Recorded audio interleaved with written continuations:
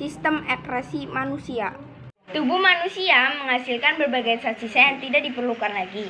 Berbagai zat sisa tersebut harus dikeluarkan karena apabila menumpuk dalam tubuh akan mengakibatkan penyakit dan juga kematian. Nah, untuk proses pengeluaran zat sisa metabolisme dalam tubuh disebut dengan ekskresi. Ada 4 organ ekskresi. Yang pertama ginjal, yang kedua kulit, yang ketiga paru-paru, yang keempat dan hati. Ginjal menghasilkan zat sisa berupa urin, kulit menghasilkan zat sisa berupa keringat, paru-paru menghasilkan zat sisa berupa karbon dioksida dan uap-uap air, hati menghasilkan empedu. Struktur ginjal. Ginjal berfungsi untuk menyaring darah yang mengandung zat sisa metabolisme dari sel di seluruh tubuh. Ginjal memiliki struktur yang terdiri dari korteks, medula, dan pelvis. Di dalam ginjal juga terdapat pembuluh arteri tempat masuknya darah yang disebut arteri renalis, dan juga ada pembuluh vena tempat keluarnya darah yang disebut vena renalis. Mekanisme pembentukan urin pada ginjal. Nefron merupakan unit penyusun utama ginjal dan unit yang berperan penting dalam proses penyaringan darah. Seluruh nefron terdiri atas sebuah komponen penyaring atau badan Malpighi. Setiap badan Malpighi mengandung gulungan kapiler darah yang disebut glomerulus yang berada dalam kapsula Bowman. Medula renalis tersusun atas saluran-saluran yang merupakan kelanjutan dari badan Malpighi. Saluran-saluran itu adalah tubulus proximal, lengkung Henle, tubulus distal, dan tubulus collectivus. Tahap filtrasi.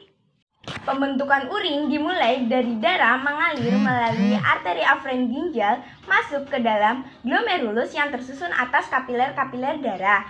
Ketika darah masuk ke glomerulus, tekanan darah menjadi tinggi sehingga mendorong air dan zat-zat kecil keluar melalui pori-pori kapiler dan menghasilkan filtrat.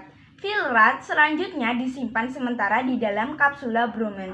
Darah dan protein tetap tinggal di dalam kapiler karena tidak dapat menembus pori-pori glomerulus.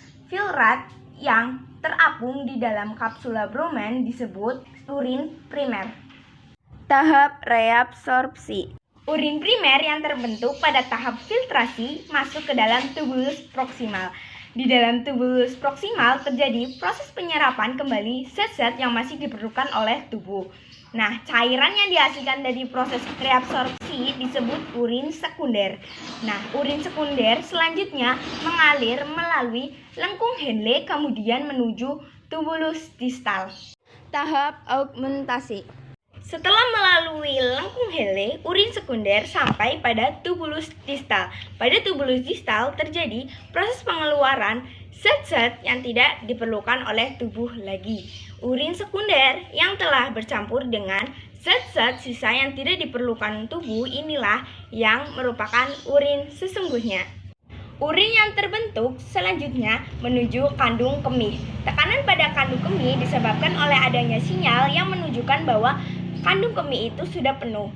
Sinyal tersebut memicu adanya kontraksi otot perut dan otot-otot kandung kemih. Akibat kontraksi ini, urin dapat keluar dari tubuh melalui uretra.